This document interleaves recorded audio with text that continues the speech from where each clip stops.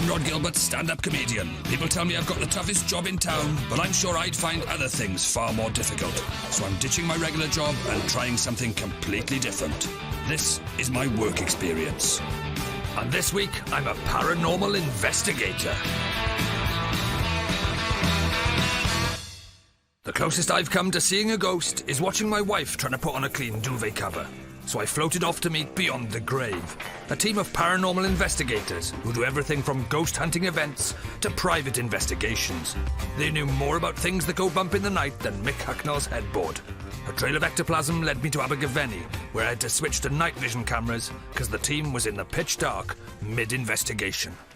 Hello. Hello, Leanne. Yes. Hiya. I'm here. Hi there. Hello. I'm here.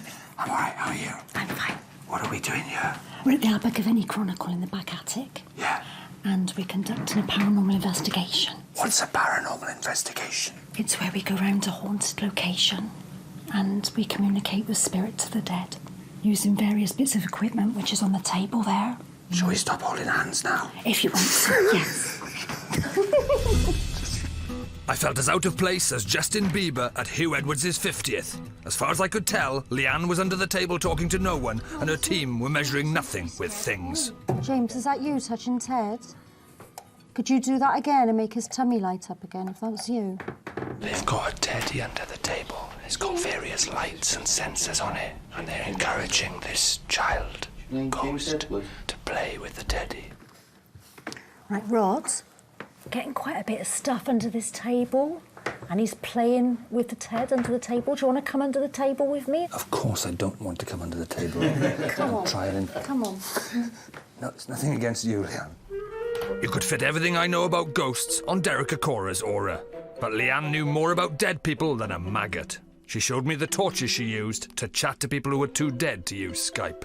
We've got 2 knockoff torches here which have just been set so that they're just off. And the slightest bit of movement, if somebody was to touch it or tap it, should turn those torches on. Couldn't that just be one of us moving in the floorboards? There you go. Nah. Nothing. God, I hope there wasn't a ghost under there. They're dead now after you've thumped them. I've never tried to speak to the undead before, unless you count a brief chat with Jeremy Kyle in a corridor. So this was my chance. How do you do it if there's anyone there? Please knock one. Please You flash. sound like you're working in the post I know, office but on I the don't know how counter. I don't know what voice to use to talk to a ghost. Right, Rod, the best way to do it is think of somebody in your family who's passed over and how you would speak to them if you met them now. Because Grandad, what the fuck are you doing? Leanne may have looked a bit like Thelma, but I was definitely Scooby-Don't. My first attempt to FaceTime the dead had failed. I arrived very sceptical, healthy scepticism. I'm leaving the same. You're going to have to start getting over your scepticism a little bit, because at the end of this, you're going to be running your own event in front of guests. If I was to have a ghost of a chance of running a ghost hunt, I needed help. Colin and Darren had spent more time looking for things in the dark than a mole's PA, so I met them at their head office/garage. The other night, we were in a room and I think there was James, there's a child spirit under the table. How do you stumble across those? How do you sense it when you go into the room? Yeah. If I walk into a room and I see there's a child in there, I'm normally seeing that child playing around. You must be shitting yourself, though. No. It's nothing to be frightened. Why is there to be frightened of the dead? What's there to be frightened of the dead? Why is there to be frightened of the dead? Because they're dead. Surely you don't need to explain this basic stuff. Yeah. Colin and Darren were a cross between that little woman in Poltergeist and Ross Kemp. They were a right pair of polterkemps. They had more devices for bringing people back from the dead than Ann Summers. OK, this is a K2. So what will affect that? Anything that is got magnetic field around it, i.e. a mobile phone, a walkie-talkie, Wi-Fi, if a taxi goes past outside. How do you investigate a ghost at a taxi rank? Is that impossible? Well, it would be, especially with their radioing in. The polterkemps showed me their tackle. I haven't learned so much so quickly since that car boot sale in Longleat. Torches, K2s, EMFs, and something called EVP, electronic voice phenomena. Some of the best ways with interactions you'll get really is on the digital recorders, your audio recorders. A lot of the time you'll be asking questions and you might not get anything when you're in the room, so you say, can you tell us your name? you leave a bit of a gap, you might get a response on there. The closest I've come to unexplained voice phenomena is meeting Joe Pasquale. But the Polterkemps had some spine-chilling EVP evidence from a previous jaunt. This is an EVP recording that I captured at Woodchester in Gloucestershire. We were calling out on the hallway, and this is what we captured on the recorder. Okay.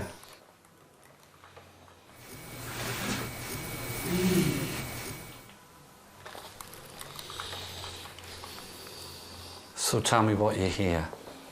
There is a voice saying, leave. Yes, that's exactly what it is. Hit me again. This is a very posh, very high up individual. Sounds like a well-spoken that is saying leave. Yeah. You know, I'm still sceptical. But I have to do this event in a few days' time, and I'm going to do my damnedest to have some kind of experience.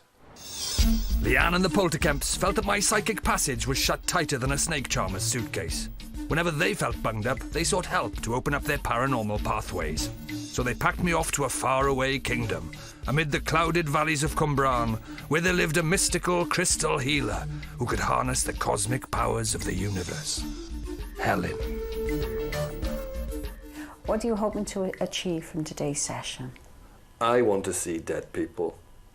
What? Is that too much to ask? Tall order. I am supernaturally constipated. I need a paranormal laxative. Oh, that's a good way of putting it. Before I could undergo such invasive treatment, I had to look inside myself and answer some pretty soul-searching questions. Marital status. Unhappy. Any allergies? Eggs. Eggs. Very mild allergy to egg, apparently. Is that relevant? No, I don't think I'm going to be rubbing any eggs in, don't worry. So, do you take regular exercise? No. I avoid eggs, but I wouldn't call it exercise. All right. As Helen's healing hands hovered over my chakras, I felt my what's-its thingamajig and my what-do-you-call-it fill up with some sort of stuff. Sometimes a Reiki treatment can bring things to the surface. It's a bit like dredging a pond. I hate to think what I'm like on the inside under the surface. You silt, you'd probably find an old shopping trolley coming out in a minute. Yeah, that's it. To unblock my psychic U-bend, Helen powered up her cosmic plungers. Open sesame! Helen had dredged my chakras and I was open for business. I immediately understood the nature of all consciousness. I was chakra'd up to the max. If I was a singer, I'd have been Chakra Khan. If I was a politician, I'd have been Chakra Omuna. Night-night. Before I left, Helen gave me a rare and valuable stone, an all-seeing omniscient crystal to guide me on my perilous journey through the valleys of the undead. And it was only £8. And then just ask it to show you your direction for yes. Please, Pendulum, could you show me my direction for yes, please? Your yes looks like it's left to right. It does look like it's left to right. Okay. How's that happening? That's your body telling it. That's very odd. I think you might have opened up my channels. Who's that behind you? I had no idea how it was doing it, but for yes, my crystal was throwing itself around like a sprinter's dick. But when I asked it for a no, it wouldn't budge. There's nothing happening there whatsoever, is there? So the pendulum is saying no, it won't do a no. Or is my no just nothing? Could be a no is just... How would I tell the difference between my no, which is nothing, and nothing, which is nothing? Good question. Like the man from Del Monte, my crystal seemed to have a problem saying no. But I didn't care, because like Peter Stringfellow in a crotchless mankini, I was ready for action. Leanne and Darren were keen to road test my new psychic superhighway and took me on their next call-out. An old station master's cottage near Cardiff, where some crazy weird shit was going down for its latest residents, Alex and Abby. There were a couple of sort of noises that, sort of like bangs and stuff, that couldn't sort of really explain what they were. That area at the top of the stairs as well, I just don't feel like I'm alone. How sure are you that this isn't just your imagination, just something? I'm more a sceptic than Alex is. But, I mean, and I wasn't here when all of these incidents have happened. I just get panicked phone calls in work saying, oh, my God. Do you secretly believe that Alex is just off on one and you're just doing this, going along with it just to keep him happy, or you... There is a funny sensation at the top of those stairs, though. There is. I have felt something there. Can I go and check out the top of the stairs? If you want to, you're more than free. You're welcome. One glance up the stairs told me that something was very, very wrong. But like a footballer stuck in a balaclava, I had to try to stay calm. I can't feel anything. I don't know what I was expecting to feel. Witch flaps. I was getting nothing. Maybe my psychic pathway had got bunged up again. But I had an idea. I'm gonna try my pendulum. I'm gonna give this a shot. Is there a spirit here? So is that a no? Is that a definite no? Are you saying no? Can you give me a yes if that was a no? Is there a spirit here? Yes.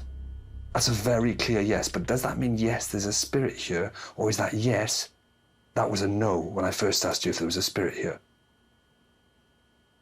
No. Do you mean no, that wasn't a yes, that there was a spirit here? What you mean is no, that was a yes, that you were saying no in the first place, yeah? Yes. So let me just recap. Yes, that was a no. That your first answer was a no. Not, yes, there's a spirit here, yeah? Yes. Well, that's cleared that up. How the hell was I going to put on a ghost tour? My third eye was crusted over, and my pendulum was as dicky as a Chippendales tour bus. Determined to experience something, I headed off to another Cardiff call-out. Valesa's seemingly normal terraced house was under siege. What's been happening in this house? It is not me living here with my family. It's something else, or lots of them. Have you got a specific example of something that's happened? Oh, God, many. Just many examples. Like a few days ago, when I woke up from the feeling that someone is staring at me, you open your eyes, and something's standing next to me, watching you. Excited by Valesa's vivid descriptions, we turned the place upside down looking for spirits, like Keith Richards in a monastery. None of the devices are picking up anything at all. So apart from a strong feeling that we're being watched by the entire cuddly toy department of Woolworths, apart from that, we're all right. We're right at the moment, it seems. Our devices were as quiet as a cat's yawn, but Valesa was getting me all wound up, and my bowels went as loose as a heron's leggings as we attempted a Crime Watch reconstruction. Mm-hmm. Tell me when to open my eyes. Wake up. No! Shit, you know! It was worse than that. I can't believe that I knew you were going to be there and I still screamed. How do you sleep here now? I have no idea. I'm trying, which is probably laying down with my eyes closed and watching, observing.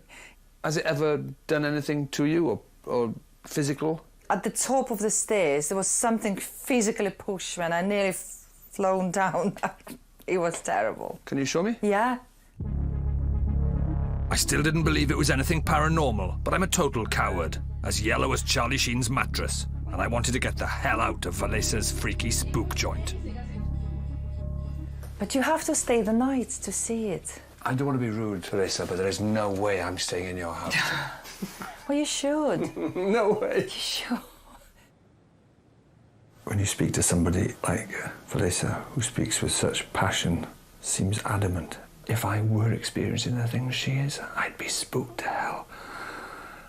I think the fact that I'm so terrified by it, and the fact that I refuse to spend the night here when offered, she keeps saying to me, spend the night here. There's no way I would spend the night here. And that keeps suggesting to me that I, on some level at least, do believe in this stuff. Maybe I did believe in it on some level, or maybe I was just scared of the power of the imagination and the very real fear it can create. But fear was definitely making me more suggestive to the idea of the paranormal, which was progress. So we decided to shit me up good and proper and headed to the centuries-old Redcliffe Caves in Bristol. Why have you brought me? Why we brought you here? Basically because of where it is. It's pitch black.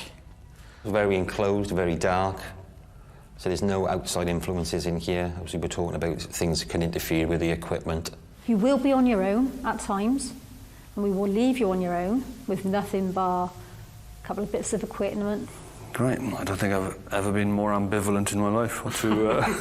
I'm split right down the middle between wanting to experience something and definitely not wanting to experience something.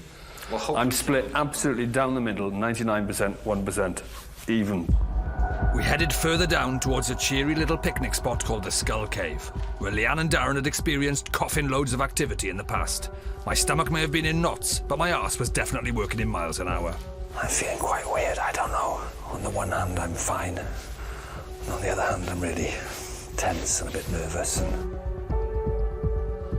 All set up in the Skull Caves, Leanne was keen for me to try to make contact with one spirit in particular. Have a go at speaking French to Francois for me. Who's Francois? He's a spirit we picked up on about 3 years ago. I believe he's a prisoner of war. Prisoner of war? Yeah. Yeah. François, êtes-vous ici?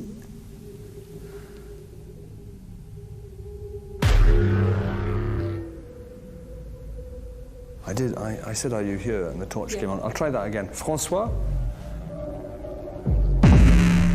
Oy, oy, oy. I don't know which is more strange at the moment. The fact that the torch is coming on or the fact that I'm talking French to a ghost. All alone in total darkness, it was time for the ultimate test. With just a teddy bear, a night vision camera and a dead Frenchman for company, my whole body was on red alert. My bum cheeks clenched so tight they could have milled wheat. Francois? After 3, I want you to turn the torch on. 1, 2, 3.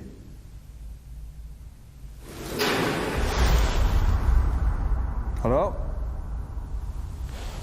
I definitely heard someone over there. Maybe it was just some water dripping somewhere. Oh, François? Vous êtes ici? Okay. And that's quite a strange feeling. I'm totally alone. It's total darkness, total silence. But that torch just came on. The torches weren't responding every time, but the whole time I'd been down there, they hadn't come on once without me asking. It's very odd that even though I don't really believe, I'm still totally heightened, totally on edge. Okay. Hello? Darren? Leanne? There's definitely somebody down there. Everything you can see is from the night vision camera, but I was in total darkness. My imagination was having a field day, and I was close to losing it. Hello? Nath?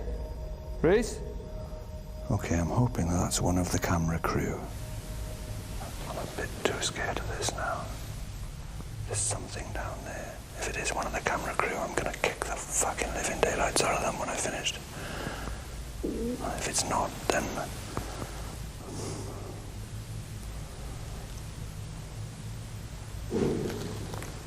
Guys?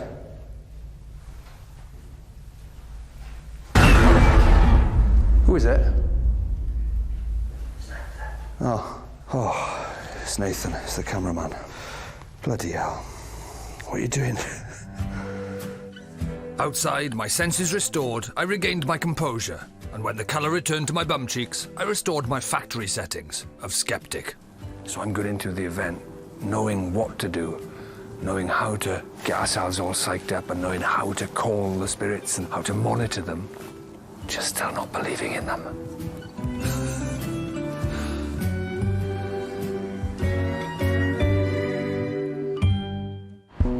Before my big ghost hunting event, there was one last chance to challenge my skepticism. Leanne and Darren had reviewed all the audio recordings from my house visits and my bum-grinding night in the caves, and were keen for me to hear what they'd found. So you went through all the audio tapes, the I've digital gone tapes? through the 2 home visits, all the audio from the caves, all the video from the caves. So you sat here listening to all of that? Yeah. How long did that take? Doing all that, about 5 days to go through it all. Mainly, presumably, just listening to silence. Basically, just listening basically to the investigation again.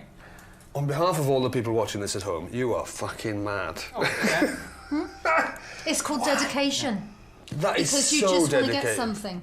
Why are you spending so long looking for evidence of something that you believe in? Just for the fun of it. Because Yeah, it's Fun. a buzz. To actually get something, it's a real buzz because you think, oh yeah, brilliant. The why, for people watching home, is because Yeah, it's it's a a buzz. buzz. When you find Yeah. that 1 second. Yeah. To me, 5 days listening to nothing was the most pointless waste of time since the O.J. Simpson trial. But Leanne and Darren clearly enjoyed it, and I was about to get a taste of the buzz they got when they played me a spine-chilling piece of incontrovertible evidence.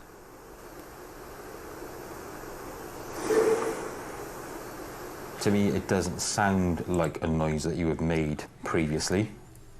I certainly don't remember Making a funny going... I can't explain it. Let's have it again.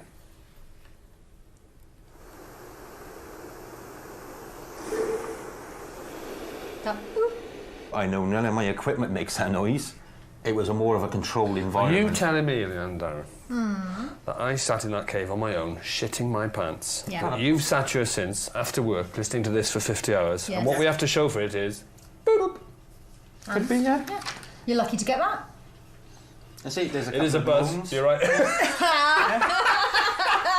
But there is some other little bits and pieces, you know. I'm joking! Judgment Day.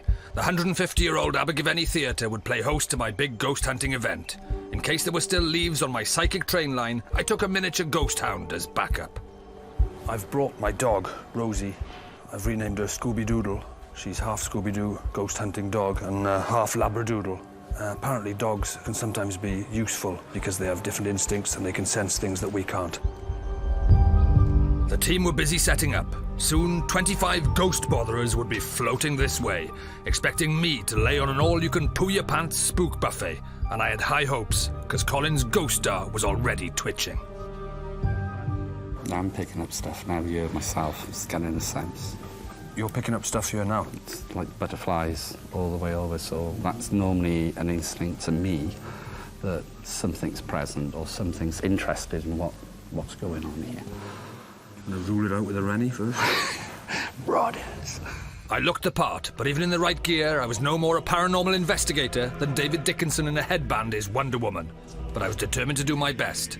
Armed with a K2 meter, Scooby-Doodle and I headed to the basement to check for paranormal hotspots. What is it, Rosie? What is it? Rosie. Hello, Rosie. Have you found any ghosts, Rosie? Bumping into Lembit Opic like that had freaked Scooby-Doodle out, but I doubted my guests would be so easily spooked, so I continued my search. My dog was a right scaredy cat. She made Scooby-Doo look like Winston Churchill, but there was one room that got us both hot under the collar. Is there something in this one? Why won't you go over that threshold? I agree with you, this is the scariest one.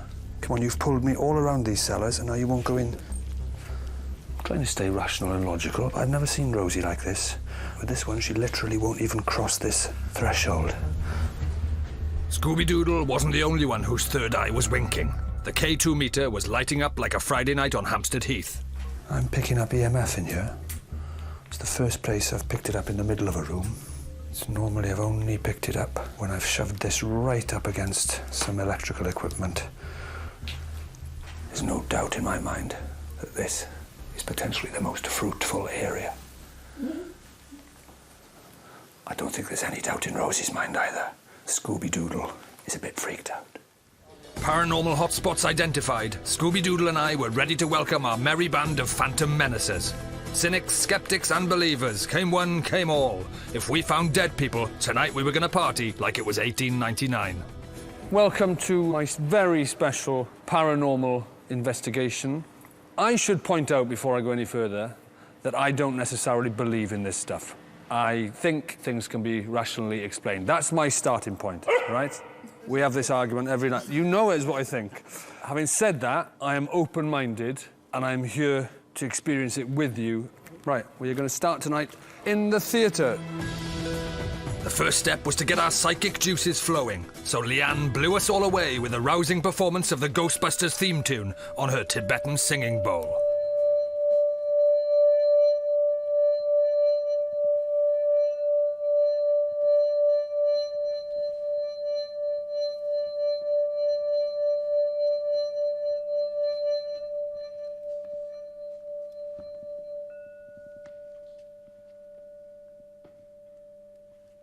With the crowd bouncing, it was time to saddle up our psychic horses and find us some dead people. First stop, a builder who'd apparently fallen while working on the clock tower. He'd been dead 150 years, and more importantly, he was a builder, so I was pretty sure he wouldn't turn up. If Thomas Watkins is out there, if I've got the name right, a builder who passed away. Yeah. You've got 2 milligauss, it's going on. 2 milligauss. I just feel that every time you say the gentleman's name, you seem to get an intelligent reaction back. Typical builder, he'll only talk to the blokes. So far, my big event was a mixed bag. To the believers, the place was teeming, the undead wandering aimlessly through the corridors like a fire drill at BBC Wales. For the skeptics, we'd found nothing convincing. I decided to play my trump card and headed for the basement and the room that had made Scooby-Doodle piddle a puddle of scrappy doo-doo. I was keen to see if anyone picked up the unexplained electromagnetic hotspot I'd found earlier. So I came down here and did a little recce earlier. Levels were going up quite significantly in one spot time and again. One of you is very specifically sat in that spot. Anyone care to tell me where that spot might be? I feel sick. You feel sick? What, nauseous? And all hot.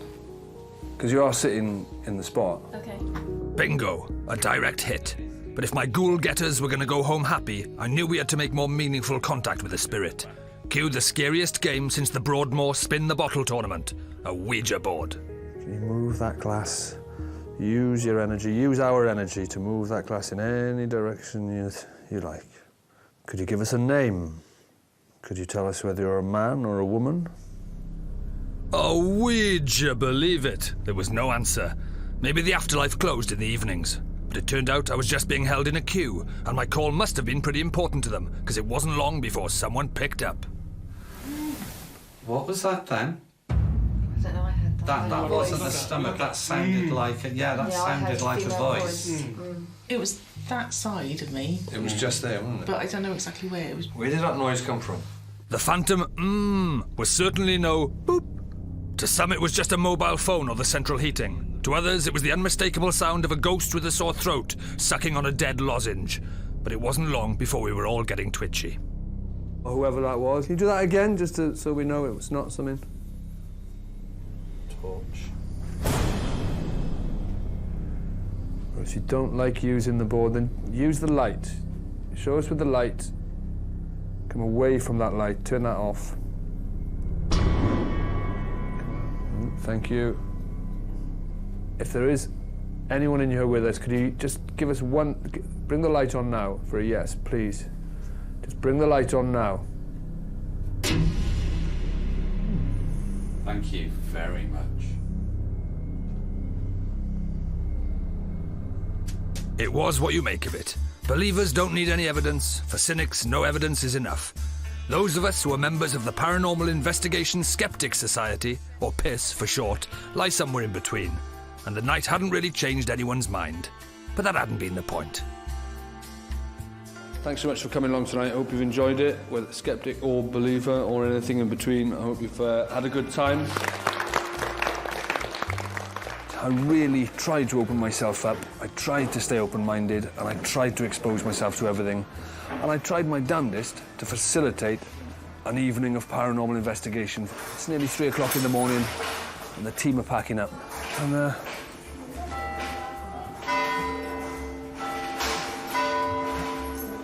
really weird thing, it's not even a bell in that tower.